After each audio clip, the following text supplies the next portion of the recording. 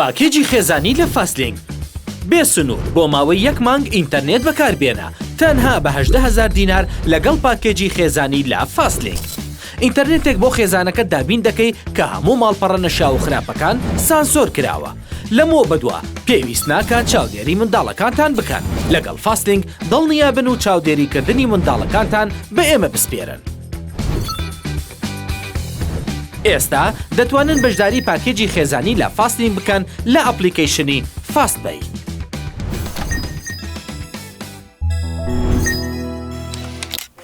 سڵاوتان لە بێخۆشەویستان. لە میسر لە سەردەمی پێشمێژوو چەندین شارستانیەتی تێدا بڵاو بووتەوە و لە ناوچە تایبەتەکاندا نیشتەجێ بوون و چەندین خاڵی تایبەتمەندیان هەبووە. ئەمڕۆ چەند دۆزینەوەیەکی سەرنجڕاکێشتان نیشان دەدەین کە لە میسر دۆزراونەتەوە، بۆیە گەر گرنگی بەم بابەتە دەدەن ئەوا دەتوانن تا کۆتایی ڤیدیۆکە بینەربن. لوتی ئەبولهۆل. ئەبولهۆل پەیکەری بوونەوەرێکی ئەفسانەیە بە جەستەی شێر و سەری مرۆڤەوە کە لە بەردی کلسی هەڵکەندراوە. پێدەچێت لە بنەڕەتدا بە چینێکی گچکەدا پۆشرابێت و ڕەنگە و ڕەنگ کرابێت. بەو پێی هێشتا شوێنەواری ڕەنگە ڕەسەنەکان دیارە لە تەنیژ یەکێک لە گوێچکەکانی. ئەم پەیکەرە دەکەوێتە سەر فەلاتێک لە کەناری ڕۆژ ئاوای نیل لە جیزە و بە کۆنتترین نەخشاندنی مۆنۆمێنتاڵی ناسراوە و درێژەکەی نزیکەی 73 مەترە، هەروەها پانی 19.3 مەترە.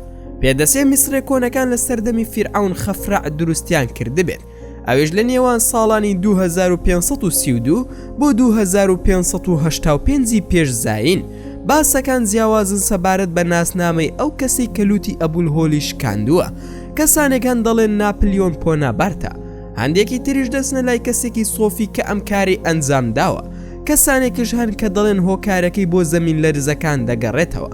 ئەمەش زۆرێک لەو چیرۆکارن کە لە دەوری شکاندنی لوتی ئەبولهۆلدا دەسوڕێنەوە.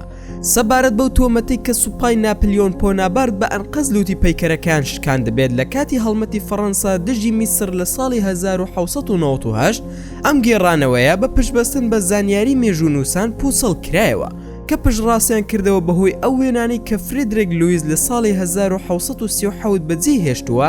لە وێنەکاندا پەیکەرەکە بە بێ لود نیشان دەدات. ئەمەش نیشانەی ئەوەیە کە لە پێش ئەوە لوتەکە شکێنرابێت. کوونێک لە سەری ئەبولهۆلدا ڕۆژنامەی ئەکسپرێسی بەڕیتانی راپۆرتێکی بڵاو کردەوە کە دوو پاتی دەکاتەوە دوو مێژوونووسی بەڕیتانی ئاشکرایان کردووە کە ئەو کوونەی کە لە سەری ئەبولهۆلدا ڕوویداوە دەگەڕێتەوە بۆ نهێنیەکی گەورە.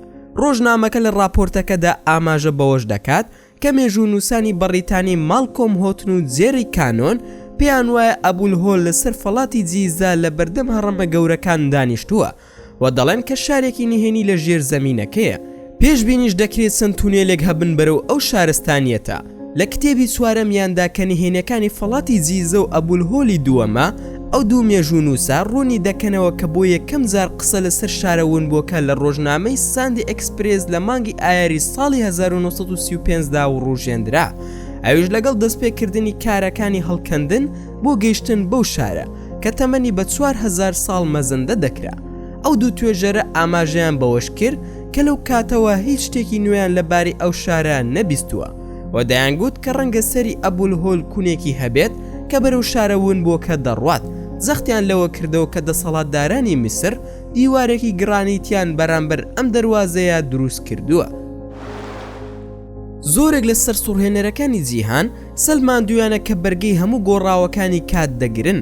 دیارترینیان کۆلۆسیۆم لە ڕۆمە و پەیکەری ئازادی لە نیویۆرک و کۆنتترینیان پەیکەری ئەبولهۆلە. زانای کەشوهەوا جیم ئەندرۆس لە بلۆگەکەی خۆیدا بازلەوە دەکات کە هەموو ئەم شوێنە گرنگانە کە هاوڕێی گەشتەکەی مرۆڤ بوونە بە ناساری خۆیان بەدەست زریانەکانی سروشتەوە دەدەن و باشتر وایە گەشتیاران پەلە بکەن بۆ سەردانکردنیان پێش ئەوەی لە ناو بچن. و سەبارەت بە ئەبولهۆل ئەندرۆس دەڵێت ڕۆژ لە دوای ڕۆژ لە بەردەم چاوی مرۆڤدا خەریکە دەڕوخێت. ئاماژەی بەوەش کرد ئەو شوێنەوارە لە نێوان ساڵانی 2134 بۆ 2686 پێش زاین دروست کراوە. دەکەوێتە سەر فەڵاتی جیزە کە بە لێوار لە ڕۆژهەڵاتەوە دەورە دراوە. ڕوونی کردەوە کە دەوروبەری ئەبولهۆل لێواری دروست کردووە کە ڕێگە بە کۆبوونەوەی بڕێکی زۆری باران دەدات.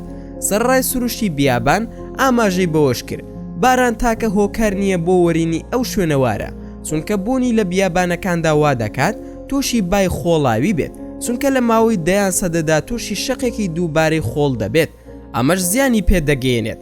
سەبارەت بە فاکتەری سێم ئەوە لەوەدایە کە ڕووی ئەبولهۆل دەکەوێتە سەر ناوچەیەک کە ئاوی ژێرزەوی دەوڵەمەند بە خوێ لە خۆ دەگرێت. ئەمەش ئاماژەیە بۆ ئەوەی خوێ لە ڕێگەی خاکەوە دەڕژێتە ناو ئەو شوێنەوارە و ئەمە شتێکی باش نییە بۆ ئەو جۆرە شوێنەوارە زەبەلاحانە. گەشتکردن بە خوارەوەی ئەبولهۆل ژمارەیەک ڕۆژنامەی جیهانی پێشتر لەسەر بوونی شارێک لە ژێر ئەبولهۆلدا بڵاویان کردەوە. هەندێکیان پێیان وایە لە بنی ئەبولهۆلدا بەڵگی پەیوەندیدار بە کیشوەری ئەتلانتسەوە هەیە کە لەسەر ئەو نهێنیانە نووسراوە کە لە ژێر دەستی ئەبولهۆلدا نێژراون. بەڵام دکتۆر زاهی حەواس شوێنەوارناسە میسرێکە پشڕاستی کردەوە کە کاتێک ئاستی ئاوی ژێر زەوی لە پەیکەرەکەدا بەرز بۆیەوە تیمی سەنتەری شوێنەواری زانکۆی قاهیرە کونێکیان لە 20 مەتر لە ژێر زەویدا لە بەردەکەدا کون کرد و لە ڕێگەیەوە بەبێ گومان سلماندی کە هیچ ڕێڕەوێک لە دەوروبەرەکەیدا نییە یان لە ژێر پەیکەرەکەدا کە لە بەردێکەوە هەڵکەندراوە. بەڵام هەندێکی تر پێیان وایە حکوومەتی میسر بڕیاری شارنەوەی ڕاستیەکانی داوە ئەمەش ڕەنگە ئەو شوێنە بکاتە تەماحی زۆر کەس. هۆڵی ئەفسانەی تۆمارە نهێنیەکان دەنگۆی ئەوە هەیە کە کتێبخانەیەکی سەر بە شارستانیەتی میسری کۆنەکان لە سەردەمی پاشا ئیمهۆتەپ لە جیزەی میسری کۆن ئامادە بووە. ئاماژە بە ژووری نهێنیەکان یان هۆڵی تۆمارە نهێنیەکانی فیرعەون دەکرێت وەک کلیلی تێگەیشتن لە شارستانیەت و مێژووی ڕاستەقینەی مرۆڤایەتی و ئەوەی کە ماڵی زانستە بۆ میسری کۆنەکان. دەوترێت تۆمارە نهێنیەکان لە شوێنێکی میسردا نێژراون و زۆر کەس پێیان وایە کە لە ژێر پەیکەری نهێنی ئەبولهۆلدایە و بە وردی لە ژێر پێی پەیکەرەکەدا هەڵکەوتون و سەرچاوی ئەو نهێنیانن کە میسرێک کۆنەکان پێی ناسراون و کۆت کراوە لە ناو پەرتوکە کۆنەکانیان و لەوانەیە نهێنی و شوێنی کیشوەری ونبووی ئەتلانتسی تێدا بێت کە لەسەر تۆمارە زێڕینەکان نووسراوە. ئەم هۆڵە نهێنیە نوێنەرایەتی گرنگی خۆی دەکات بۆ فیرعەونە کۆنەکان. گرنگی کتێبخانەی کۆنی ئەسکەندەریەیە کە زانستی یۆنانی لە سەردەمی یۆنانیەکان لە خۆ دەگرێت.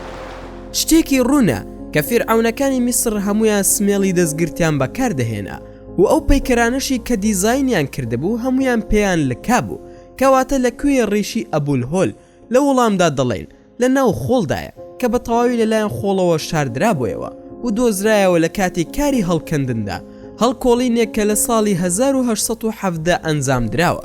باشەکانی تری ڕیشەکە لە ساڵانی 1925 و 1926 زاینی دۆزرایەوە.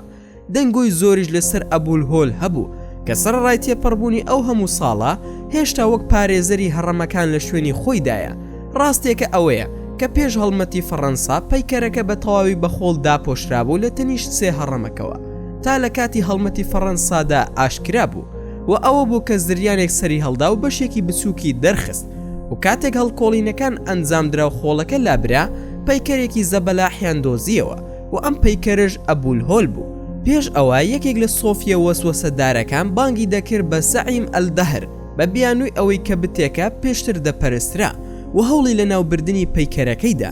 ئەم کەسە پیاوەکانی هۆزەکەی بەم شێوەیە ئاراستە کرد و بەشێکان لە لوتی شکاند لە کاتێکدا داگیرکەرانی فڕەنسی سەرکەوتوو بوون لە دەرهێنانی ڕیشەکەی لە دەموچاوی و لە لای خۆیان هێشتیانەوە تا شەڕێکی دەریایی لە نێوان ئەوان و هێزەکانی ئینگلیز لە ئەسکەندەریە ڕوویدا و هەر لەو کاتەدا ئینگلیزەکان سمێڵی پەیکەرەکەیان دزی و گواستیانەوە بۆ بەریتانیا. ئەبولهۆلی دووەم لە ناوچەی هەڕەمەکان بەردێک هەیە کە لە ئەبولهۆلی یەکەم دەچێ و هەندێک ناویان ناوە ئەبولهۆلی دووەم. درێژی پەیکەرەکە 73 مەترە و بەرزێکی سەری دەگاتە 20 مەتر. دەست و ئەندامەکانشی درێژ دەبنەوە بۆ 15 مەتر و نیو. هەموو قەبارەکان بە تەواوی وەک قەباری پەیکەرە دێڕینەکەن. بەڵام لە بەرامبەر ئەو گرنگی بابەتەکەدا دەسەڵاتدارانی میسر هاتنە دەرەوە کە لە بنەڕەتدا دژایەتی ئەم قسەیان دەکرد و جەخل لەوە دەکەنەوە کە هیچ دۆزینەوەیەک بۆ پەیکەری ئەبولهۆل نەدۆزراوەتەوە. هەروەها بەردەکەی ناوچەکە ماوەیەکی زۆر لەمەوبەر دۆزراوەتەوە و بە هیچ شێوەیەک نوێنەرایەتی هیچ تایبەتمەندیەکی ئەبولهۆل ناکات. هەروەها شێوەکەی جیاوازی نییە لەگەڵ هەر بەردێکی ئاسایی و هەموو شتێک کە زۆر بەم شێوەیە باز بکرێت بێ بنەمایە.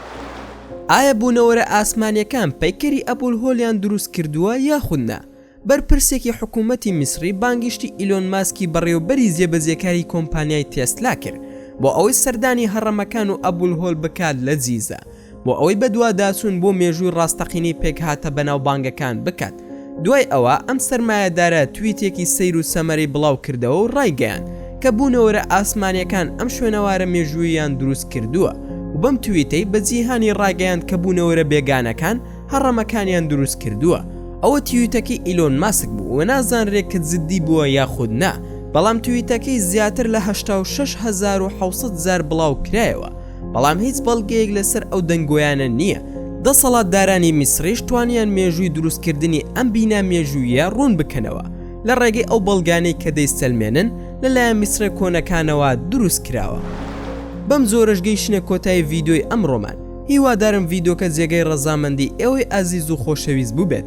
ئەگەر ڤیدیۆکەتان بەدڵ بوو ئەوە هەر ئێستا لایکی ئەم ڤیدیۆمان بۆ بکەن و هەروەها شەیریشی بکەن لەگەڵ هاوڕەکانتاندا و لە بیرشتان نەچێت ئەگەر ئەتانەوێ هەمیشە بابەتی ناوازە لە کەناڵەکەی ئێمە ببینن ئەوە هەر ئێستا سبسکرایبی کەناڵەکەمان بکەن و زەنگۆڵی تەنیشتی سبسکرایبەکەش چالاک بکەن و لە بیرشتان نەچێت ئەڕەخنە و پێشنیارێکتان بۆ کەناڵەکەی ئێمە هەیە دەتوانن لە کۆمنتی ئەم ڤیدیۆدا بۆمانی بنووسن و زۆر سوپاسان دەکەم دووبارە کە تا ئێستا بینەری ڤیدیۆکە بوون.